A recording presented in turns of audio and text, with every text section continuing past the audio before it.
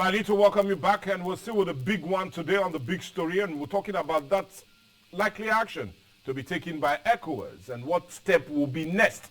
Definitely knowing that there will be a meeting of Ecowas held on Thursday, looking at the deadline that expired the day before yesterday, Sunday to be precise, telling the junta in Niger to especially hand over power to the disposed Bazoum, the president that was removed from office. Well, we're looking at all likely possibilities on account of what move will be next for ECOWAS, spearheaded by Nigeria, in taking that action. A nation that is just so close to home, hence they feel a need to do something. And that's something, what stand should it be? But anyway, we're standing with the issues here, and I still have no other person but Mr. Wilson Iboje helping out with the discussion. Well, if you're just joining us, well, a quick recap of what we had initially. I needed to ask, would military action most likely to be taken? Undermining my guess said he's not, that comfortable to give that answer. But also we look greatly at the reason for coups in Africa.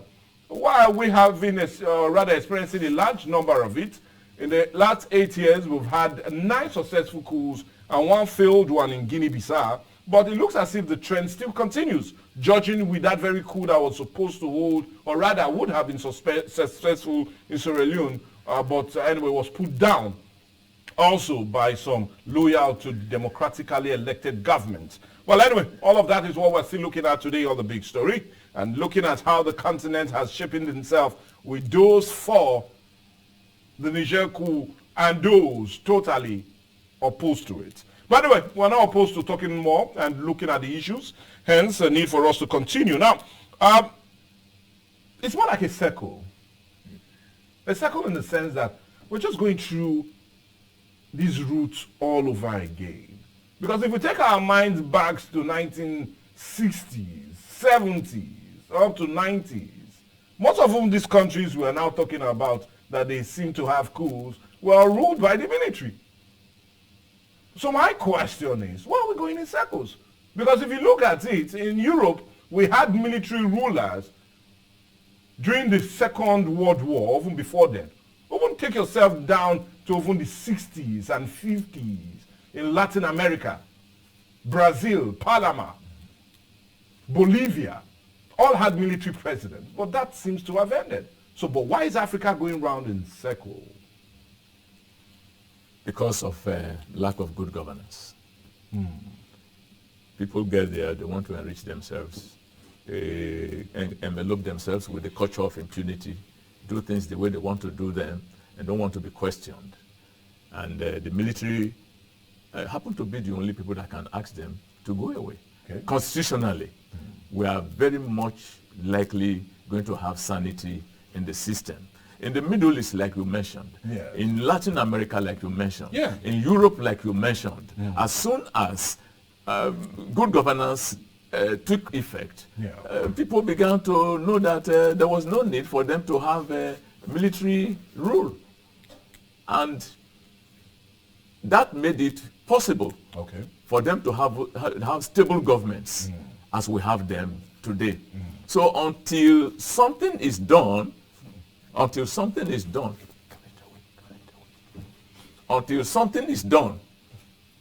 yeah, go ahead, to check this lack of good governance, they will continue. This cycle will continue. The cycle of military coups will continue. So you feel it's all about governance, yes. And if we do not put that proper governance and put that structure in place for good governance, we might likely still be going around in circles. Yes, until we do that. Look at countries like Tanzania. Tanzania has been ruled by, it's one of the luckiest countries in Africa. Even though it's a poor country, not rich like many of these other ones, it has been the most stable politically. Look at Julius Nyerere. When he was president, he left office after so many years in office as president. He had no house of his own. He left office and went to stay in his father's house. And when the successor, the president who took over from him, went to visit him, they directed him to his place. He went there and he said, "I'll come to see President Nyerere." The man came out and said, "Sir, I have come to see you. I was hoping to meet you in your house. He said, no, this is my father's house. I have come back to my father's house. I don't have a house of my own. A man who ruled for 20-something years left office and had no house of his own. It was that president that decided to go and build a house for him, where he lived until he died. Tell me who will rule in Africa, in West Africa. Tell me one past president in West Africa who doesn't have mansions. Until we learn to rule with the basic rules of self-sacrifice, we are not going to have stable governments. Because the people watching also want to have their own. The soldiers also rule and build their own houses because they see public office as a means of accumulating wealth for themselves.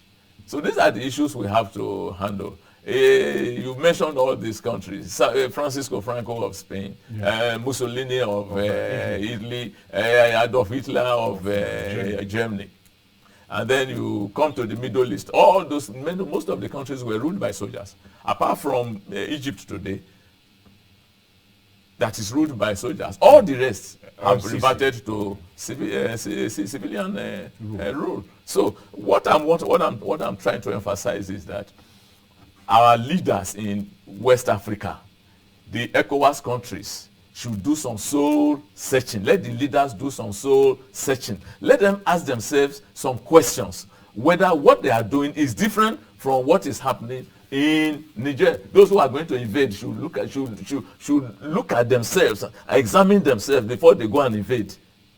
Now, talking about invade, Nigeria, we do understand, is the one spearheading the move to deal with this issue of coup d'etats. And they want to use Niger as an example. And many will say why they are using Niger as an example, because it's too close home. And so anything that's close home to Nigeria. So anything that's so close home will definitely hurt you the most.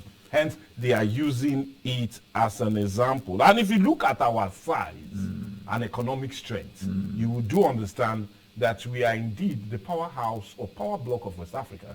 So my question... The giant of Africa. Yes, we giant with amputated legs. Well, anyways, you call it that way. But what I'm asking is, should the giant now just sit down and also watch and take no action? So is that what you are saying? When the military was in power in Nigeria, who invaded Nigeria? And who was going to invade Nigeria? Why should Nigeria take it upon itself to go and invade a neighboring country because of its own internal affairs? Nigeria should not... Would a lack of intervention not encourage the military also to strike here?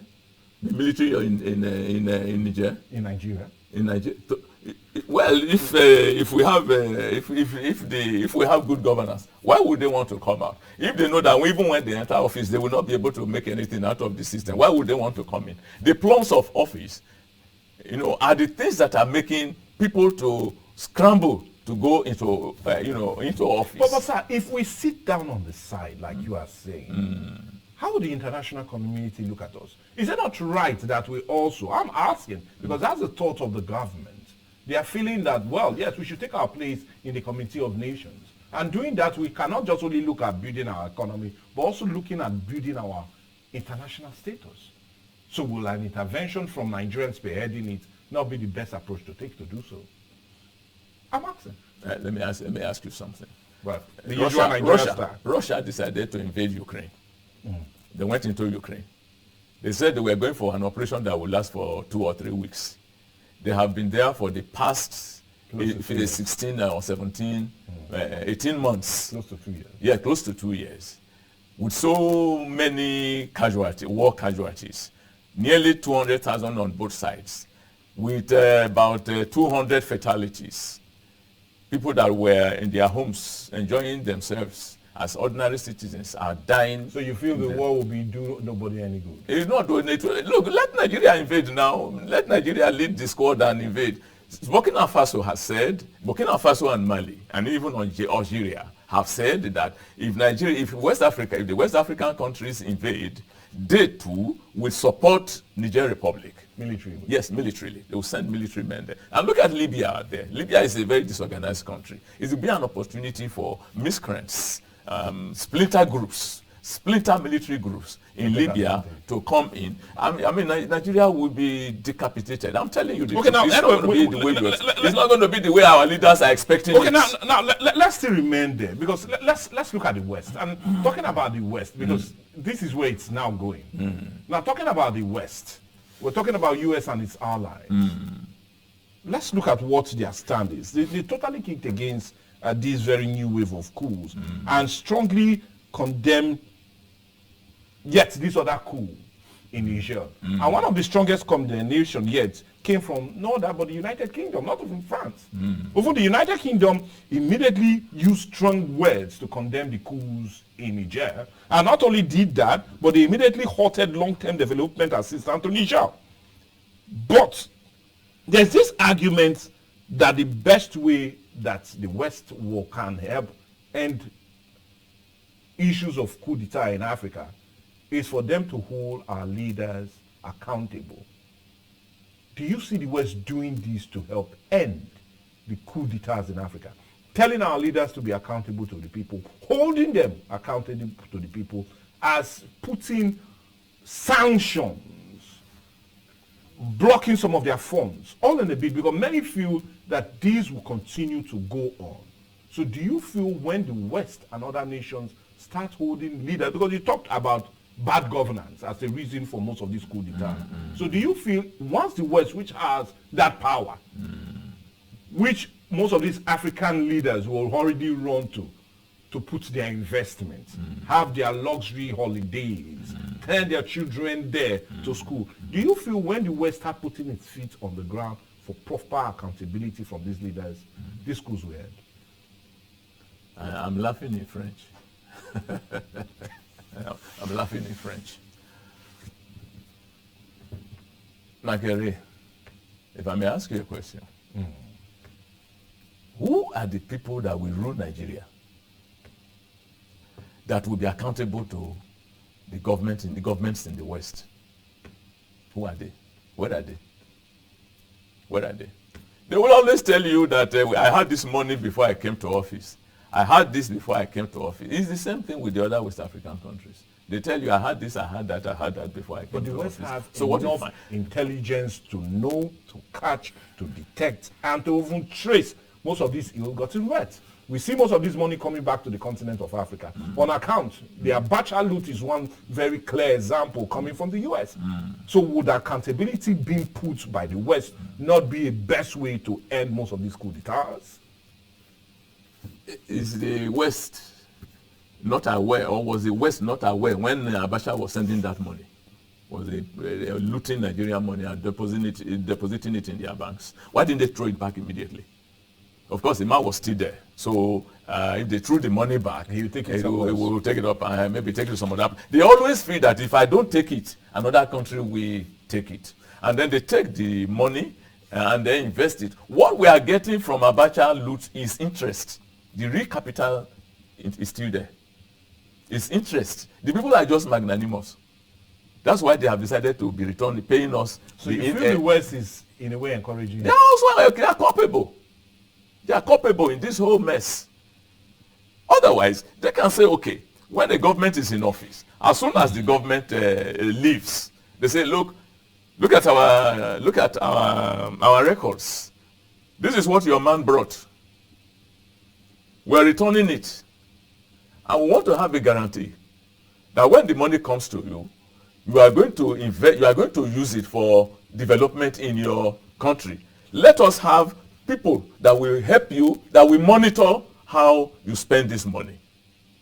Spend it for the welfare of your people. If the West can do that, over time, those who are in office that they return money to, and the money is being monitored, and they see that a lot of development effort had been made, and there's progress in the place, those who are in office will know that if they too steal and send the money abroad, by the time they leave, the money will be returned to the next person. People will call themselves to order. So the West is also culpable. And doing the right thing will change all of this. Yes, they can do. If they can do that, a lot of things will change. Look at the Mobutu Sese Seko words. Everything has been, in Swiss banks, France, Britain, the US, the United Kingdom. All of them received this money. And after the man died, they see they've been doing business with it. Abacha's loot is still being used in business. The ones that were stolen by our ministers and all manner of people who smuggled money out, even money laundering has not been able to check it. The steps put in place by do you feel by like the West.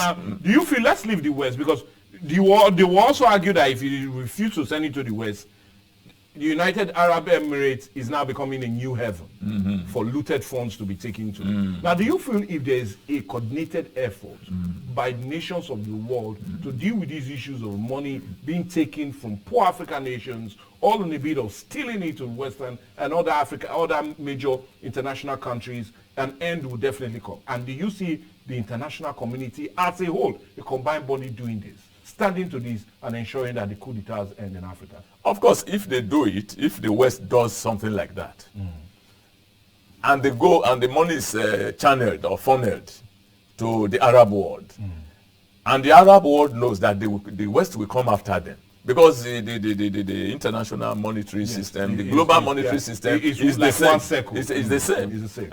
And if they know that, well, this is what happens, and they will also come for us, everybody will say, okay, please keep your trouble. I don't want your trouble to contaminate me. Then there will be sanity all over the world. You throw your money, you send money out, they return it. When that government goes, the whole money is returned, all the interest that accrued is returned. It is monitored for development of the place, and everyone sees the progress. Then nobody will think of stealing money again. Now, let's still continue with this very issue. Now, there's this concern raised by pro-African nationalists that that's the African nation, should not be dragged into a proxy war between the West and Russia. And funny enough, it's looking more like it, because the Wagner group is has a very strong presence in Mali as it stands. They have sent instructors to, and also to in Niger Burkina already. Faso and Niger, and also going into Niger, like you said, with the exit of France already, because France is leaving. So it's no surprise that Russia, through the Wagner group, is definitely there. So the world, or rather major pro-African nationalists, are getting a bit weary, because we do know the West definitely will be backing Ecowas. And not just the West. France said it on Sunday, that when it comes to military assistance, they will back Ecowas. Most certainly they will back Ecowas. So what do you feel African leaders need to do to ensure that we do not have the same proxy war that is being experienced in Syria, being experienced in Ukraine, and some other countries do not come to Africa? France backing ECOWAS will come to sell weapons. They will sell weapons. And so what's that? What's that something? Is that what you call backing? Making a market for yourself, enriching yourself from a war that's going on between two people. The best option is for ECOWAS countries to say, we are not invading. You in the West, put your house in order. Ensure that the corrupt leaders in Africa are checked. If you are able to check them, then we know we will not be dragged into any proxy war. Because as it is, what is going to say, there's going to be what you are seeing now is a struggle. It's a struggle for geostrategic interests. Russia wants to, of course, the Wagner group is already there. They 4 days ago, they sent in their instructors. They want to assist the government there. Now, if Nigeria does not invade, if ECOWAS does not invade, are they going to invade Nigeria? Of course I ask you, would they invade Nigeria? Not. And so let them there. Leave them there. Let them check them where they are. Don't give them any excuse to enter your territory, because we are saying a war is very easy to start, but hard to end. Easy to start, but hard to end. Go and start it. Let ECOWAS invade. Let ECOWAS invade Niger tomorrow. You are going to find that one country is. But we saw also a similar action taken by Buhari's administration when he accounts of Togo, and we saw what happened. When the president there refused on account of even losing the election to leave. But we threatened invasion, and he left. Yes. But anyway, I will plead with you. You can threaten, but don't send men in. Okay, I'll plead with you to hold on. We need to go on the break now. But when we come back, we'll continue our discussion as we look at the next move to be taken by Ecowas, knowing that there will be an extraordinary meeting on Thursday. Will the action be severe, or should more dialogue be entertained to deal with the issue of the coup in Niger?